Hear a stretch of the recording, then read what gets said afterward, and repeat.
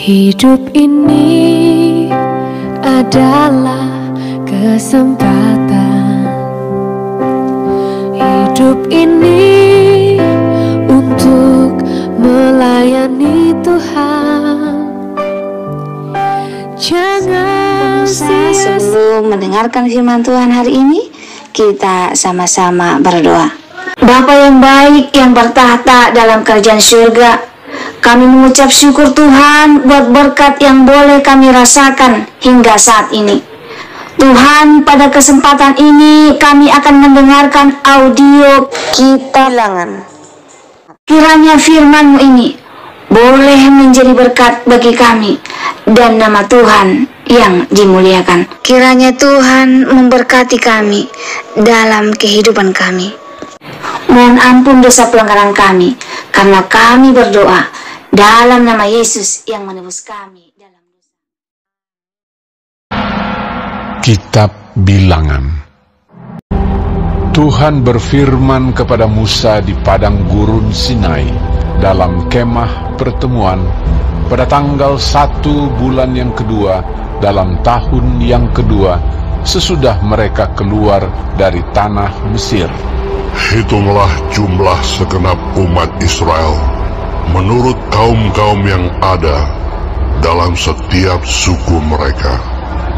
Dan catatlah nama semua laki-laki di Israel yang berumur 20 tahun ke atas dan yang sanggup berperang, orang demi orang.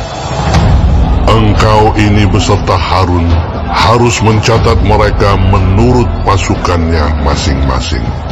Dari tiap-tiap suku harus ada satu orang yang mendampingi kamu, yakni orang yang menjadi kepala dari suku yang diwakilinya itu. Dan inilah nama semua orang yang harus mendampingi kamu. Dari suku Ruben, Elizur bin Sedeur. Dari suku Simeon, Selumiel bin Zurishaddai. Dari suku Yehuda, Nahason bin Aminadab. Dari suku Isakar, Netaniel bin Zuar. Dari suku Zebulon, Eliab bin Helon. Dari keturunan Yusuf, Elisama bin Amihud dari suku Efraim. Dan Gamaliel bin Pedazur dari suku Manasye. Dari suku Benyamin, Abidan bin Gideoni. Dari suku Dan, Ahiezer bin Amishadai. Dari suku Asher, Pagiel bin Okran. Dari suku Gad, Eliasaf bin Rehuel. Dari suku Naftali, Ahira bin Enan. Itulah orang-orang yang dipilih dari umat itu, masing-masing sebagai pemimpin dari suku bapa leluhurnya. Mereka inilah kepala-kepala pasukan Israel.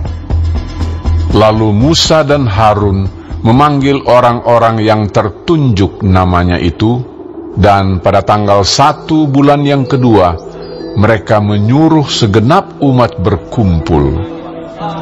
Kemudian silsilah orang-orang Israel disusun menurut kaum-kaum yang ada dalam setiap suku mereka, sedang nama-nama mereka yang berumur 20 tahun ke atas dicatat orang demi orang, seperti yang diperintahkan Tuhan kepada Musa. Demikianlah Musa mencatat mereka di padang gurun Sinai.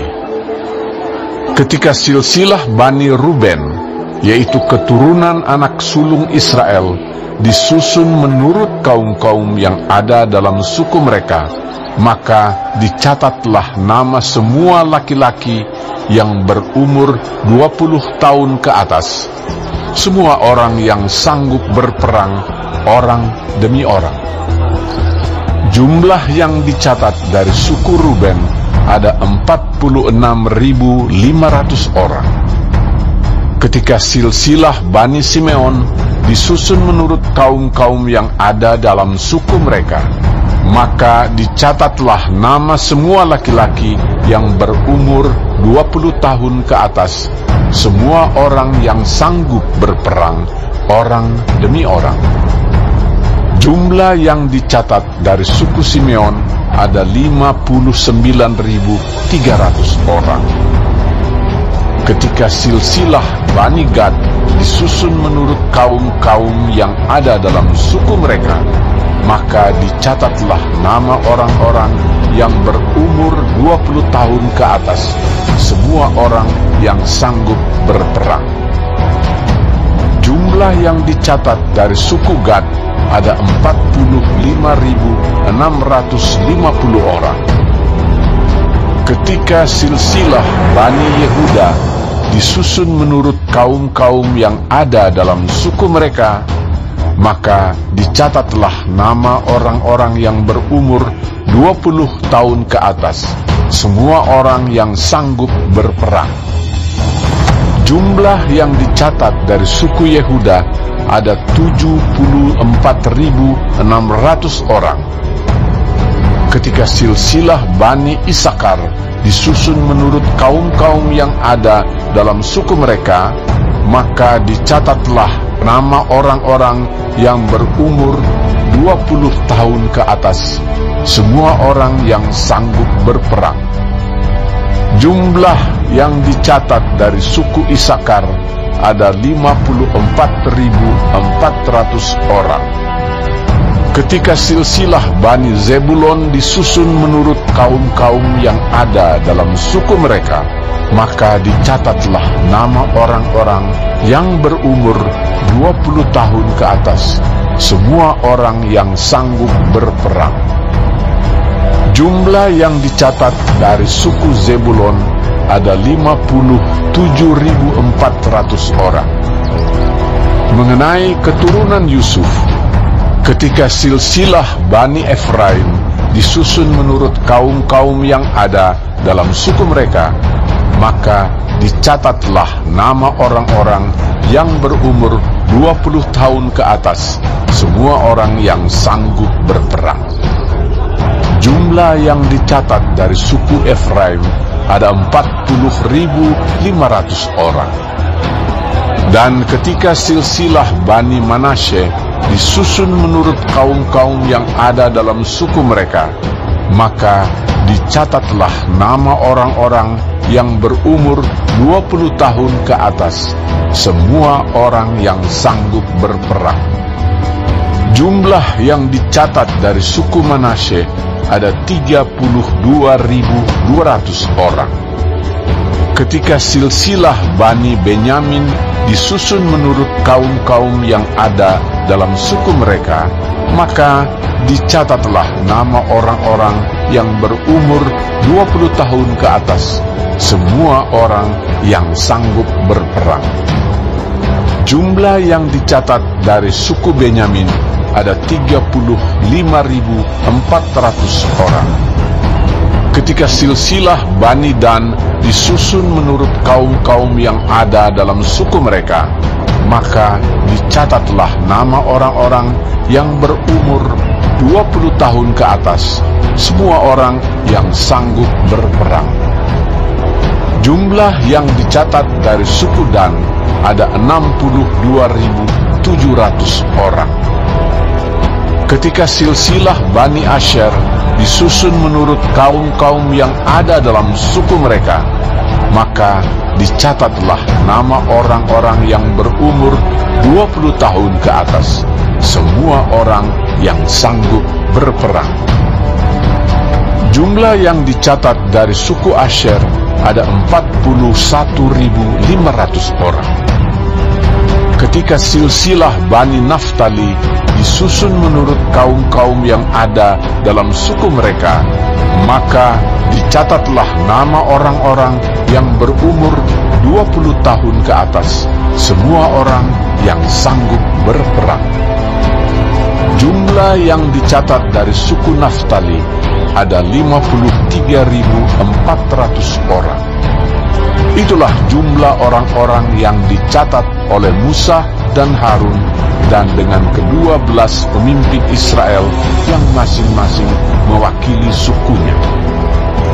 Jadi semua orang Israel yang dicatat menurut suku-suku mereka, yaitu orang-orang yang berumur 20 tahun ke atas dan yang sanggup berperang di antara orang Israel, berjumlah 603.550 orang. Tetapi mereka yang menurut suku bapa leluhurnya, termasuk orang Lewi, tidak turut dicatat bersama-sama dengan mereka itu. Sebab Tuhan telah berfirman kepada Musa, hanya suku Lewi janganlah kau catat, dan janganlah kau hitung jumlahnya bersama-sama dengan orang Israel.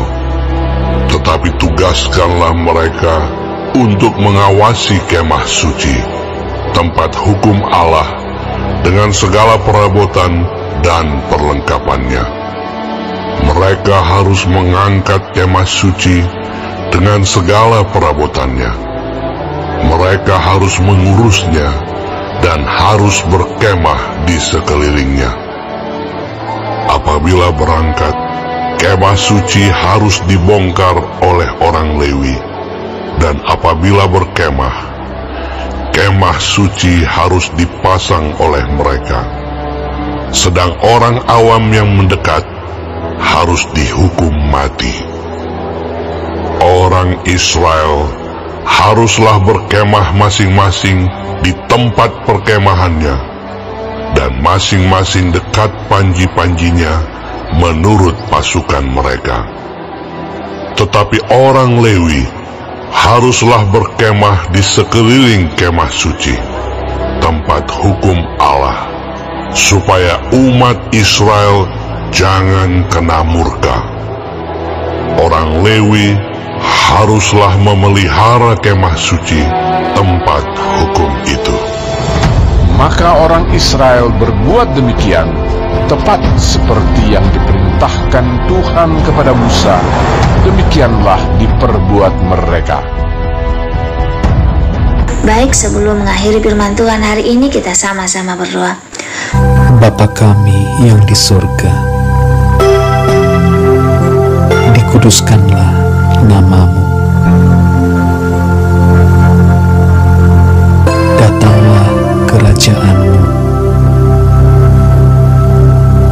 Jadilah kehendak-Mu di bumi seperti di sorga.